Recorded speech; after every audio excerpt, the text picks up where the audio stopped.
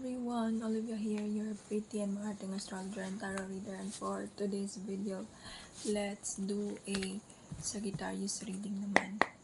So kung ikaw ay may Sun, Moon, Rising, Venus, and even Saturn, Sagittarius sa iyong natal chart, this is for you.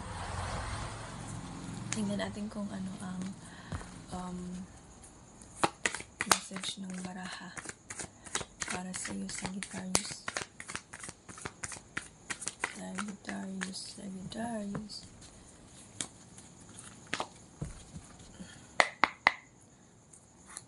Message ng baraha para sa mga Sagittarius placements.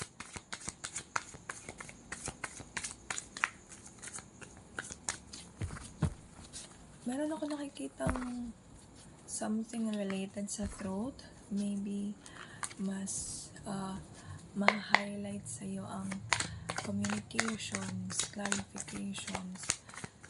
Pwede rin magkaroon ka ng opportunity na gamit ang boses mo, pagkanta, hosting,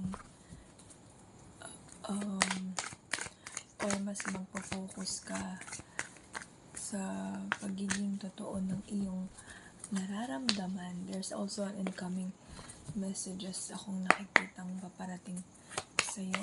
So, let's see what else para ma-clarify ang mga nabanggit.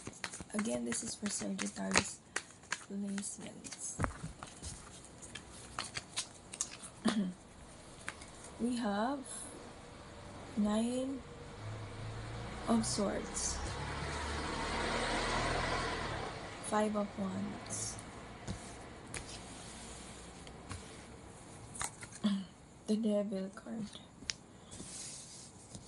Sagittarius, the Star card, 8 of Swords,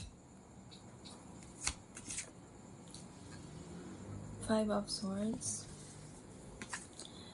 6 of Cups, 8 of Pentacles,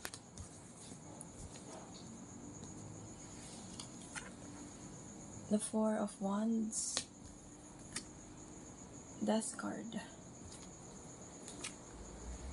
King of Pentacles, King of Swords, and daming swords, 10 of Wands, 3 of Cups, 2 of Cups, the Tower, and 6 of Wands, 3 of Pentacles, Ace of Pentacles, King of Cups, the Chariot, the Lovers. So again, this is for Sagittarius reading. But before we proceed, sa mga gusto ng private reading sa akin, you can message me on my social media account, especially sa aking TikTok accounts kung saan ako active. Nagla-live reading din po ako doon. So kung gusto niyo pong sumali sa ating live readings, may mga pa-free readings po tayo, and also astrology consultations as well. You can message me there. So again, this is for the sign of Sagittarius reading. Ano ang message sa'yo ng baraha? Unang nabanggit ko is ma-highlight dito ang communications. Medyo kalat-kalat yung baraha.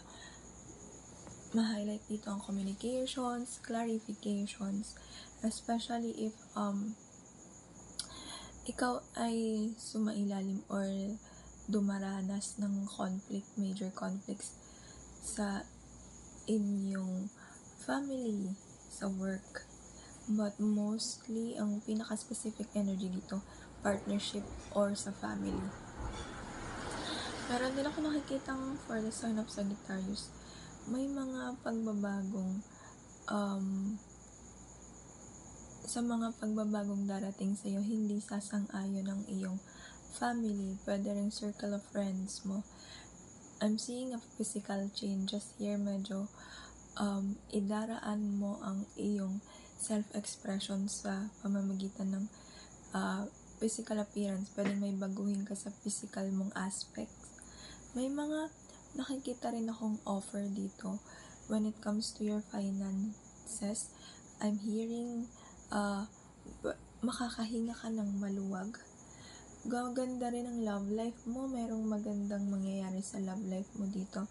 Especially if you're someone na naghihintay ng movement or pagbabago, positive changes when it comes to your love life. Kunwari, situationship kayo ng partner mo ngayon, pwedeng magkaroon na dito ng label or mapunta na kayo sa next level.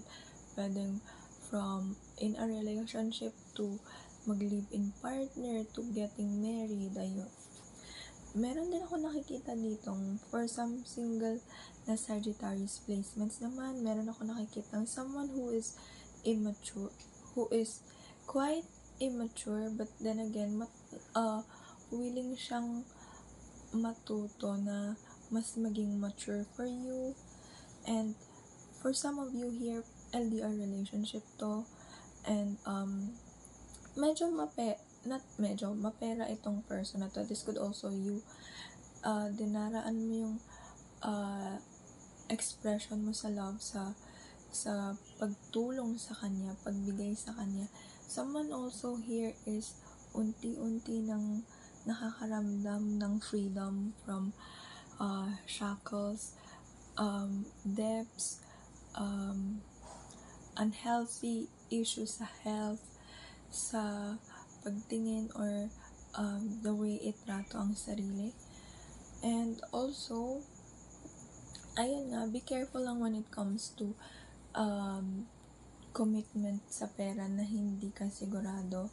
Lalo na kung related ito sa pagtaya. If it's too good to be true, if it's too confusing for you at bawal kang magtanong, wag mo na lang siyang ituloy. Lalo na kung maraming involved na mga taong hindi mapagkakatiwalaan dito. So, ayun. And this is for the Sagittarius placements. Kung naka-resonate or naka-relate ka sa reading na to, comment anything and don't forget to follow all of my social medias and subscribe as well. Thank you so much and see you next video. Bye!